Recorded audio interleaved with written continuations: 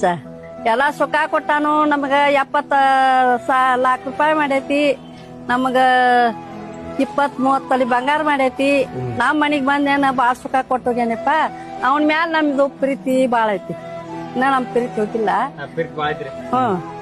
ನಾವೆಲ್ಲ ಚಲೋ ನೋಡ್ಕೊತ ಬಂದಿವು ಅವ್ ನಮಗ್ ಹಾರಿ ಅದ ಮತ್ತೀಗ ನಮ್ಗ ಅವ್ ಇದ್ದಂಗ ಆಗೈತಿ ನಮ್ಗ ಹೋಗಿಲ್ಲ ಹ್ಞೂನ್ರಿ ನಮಗ ಎತ್ತಿನ ಮ್ಯಾಲ ಪ್ರೀತಿ ಬಾಳ ಐತ್ರಿ ಹ್ಞೂನ್ರಿ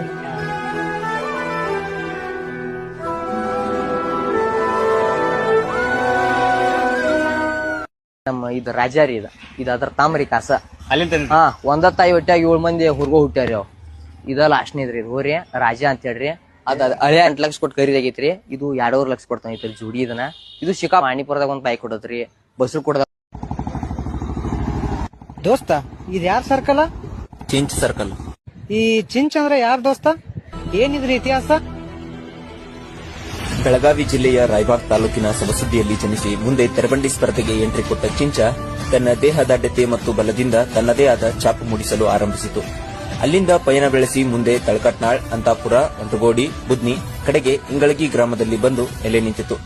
ಅಖಾಡಕ್ಕೆ ಎಂಟ್ರಿ ಕೊಟ್ಟರೆ ಬಹುಮಾನ ಕಟ್ಟಿಟ್ಟ ಬುತ್ತಿ ಎಂಬಂತೆ ತನ್ನ 12 ವರ್ಷಗಳ ತೆರಬಂಡಿ ಜರ್ನಿಯಲ್ಲಿ 130 ಗ್ರಾಂ ಚಿನ್ನ, 30 ಲಕ್ಷ ಹಣ, 8 ಬೈಕ್ಗಳನ್ನು ಬಹುಮಾನವಾಗಿ ಪಡೆದು ಕೆಲವೆಡೆ ಮಾತ್ರ ಹರಡಿದ ತೆರಬಂಡಿ ಹಿರಿಮೆಯನ್ನ ಕರ್ನಾಟಕದಾದ್ಯಂತ ಹಬ್ಬಿಸಿ ಎಲ್ಲರ ಹುಬ್ಬೇರಿಸುವಂತೆ ಮಾಡಿತು.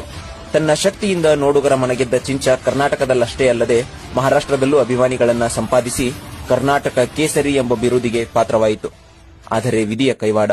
ಜುಲೈ 16, 2023ರ ನಸುಕಿನ ಮುಂಜಾನೆಯಲ್ಲಿ ಹೃದಯಘಾತದಿಂದ ಕೈಲಾಸದತ್ತ ಸಾಗಿತು. ತೆರಬಂಡಿಯ ಕಳಶದಂತಿದ್ದ ಚಿಂಚನ ಅಂತಿಮ ಕ್ರಿಯೆ ಊರಿನ ಮುಖ್ಯ ದ್ವಾರದ ದಾರಿಯಲ್ಲಿ ನೆರವೇರಿತು.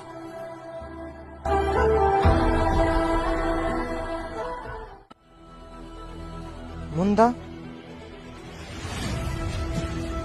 ಅದು ಮಣ್ಣಾದರೂ ಅದರ ಹೆಸರು ಅಳಿಸಲಿಲ್ಲ. ಲಕ್ಷಾಂತರ ಅಭಿಮಾನಿಗಳ ಹೃದಯದಲ್ಲಿ ಸದಾ ಅಮರನಾಗಿ ತೆರಬಂಡಿ ಸ್ಪರ್ಧೆಗೆ ಹೊಸ ರೂಪ ಕೊಟ್ಟ ಚಿಂಚನನ್ನ ಮುಂದಿನ ಪೀಳಿಗೆಗೆ ಮಾದರಿಯಾಗಿ ನಿಲ್ಲುವಂತೆ ಮೂರ್ತಿಯ ರೂಪದಲ್ಲಿ ಬಿಂಬಿಸಿದ್ದಾರೆ.